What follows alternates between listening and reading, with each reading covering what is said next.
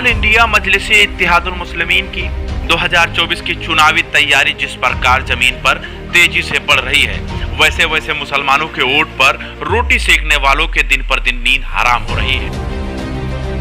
तेलंगाना से निकली all India Majlis-e-Ittehadul मुस्लिमीन महाराष्ट्र, बिहार, गुजरात के बाद उत्तर प्रदेश, मध्य प्रदेश, छत्तीसगढ़, राजस्थान में जिस तरीके से अपनी जमीन तैयार कर रही है, उससे विपक्षी दलों की नींदें हराम हो गई है। 2022 के विधानसभा चुनाव में यूपी में अवैसी के आने से प्रदेश की राजनीति में अंदर अंदर भूचाल मचा रहा, क्योंकि आजादी के बाद से उत्तर प्रदेश में कभी कांग्रेस, कभी सपा, कभी बसपा मुसलमानों के वोट के दम पर सत्ता पर काबिज रही, मगर मुसलमान के हाथ सिर्फ नेताओं की गुलामी लगी और भाजपा शासन में मुसलमानों की अनदेखी और उत्पीड़न पर सभी की चुप्पी ने मुसलमानों को हिलाकर रख दिया। राजनीति दलों में बैठे मुस्लिम नेता पार्टी के तलवे चाटने और जांच के डर से सहमे नजर आए। दूसरी ओर अवैसी नौजवानों की अपनी क़यादत के तौर पर ललकारते रहे। 2022 चुनाव के दौरान अवैसी ने कहा, पहला चुनाव हारने के लिए, दूसरा हराने के लिए, तीसरा जीतने के लिए, और नौजवानों से अपील की कि तुम हिम्मत मत हारना, हम कामयाब होंगे इंशाअल्लाह।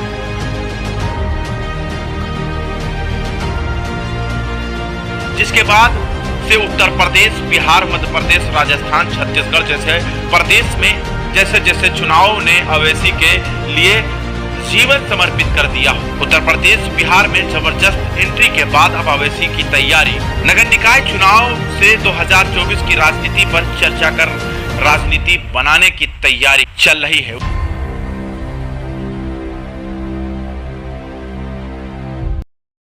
उत्तर प्रदेश के मुरादाबाद, बरेली, आजमगढ़, बस्ती, बहराइच, सिद्धार्थनगर, मुजफ्फरनगर, सहारनपुर, देवबंद जैसे जिलों में एमआईएम की गहरी पेट होने की वजह से नगर निकाय चुनाव का फोकस इन जिलों में ज्यादा रहेगा।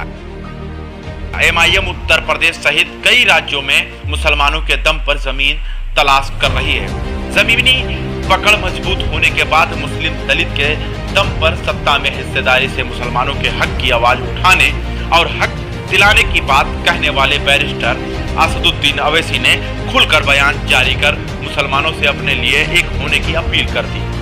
साथ ही कहा कि मैं तुम्हें आगे लाकर तुम्हारे पीछे चलने को तैयार हूँ। ऐसे बयानों ने कई बार मुसलमानों को सोचने पर मजबूर कर दिया है।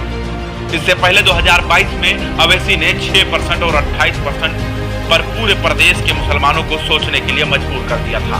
अवैसी अपनी बेबाक बयान से जल्द ही पूरे देश में मुसलमानों की निगाहों में आ गए।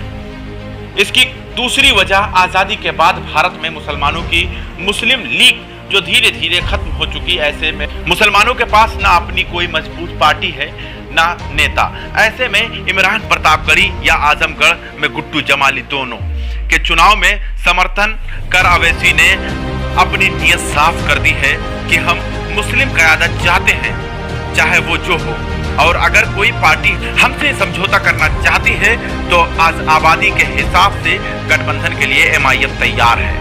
खैर, अभी 2024 दूर है। इससे पहले नगर निकाय चुनाव में राजनीति पार्टियां अपने दांव आजमाएगी। किसकी जमीन कितनी मजबूत के बाद गठबंधन का दौर शुरू होगा, मगर अवैसी के बयानों से नहीं लगता कि अवैसी सत्ता के लालच में किसी राजनीतिक दल के पाले में जाएंगे। भले ही एमआईएम चुनाव में सभी की गणित बिगाड़ दे।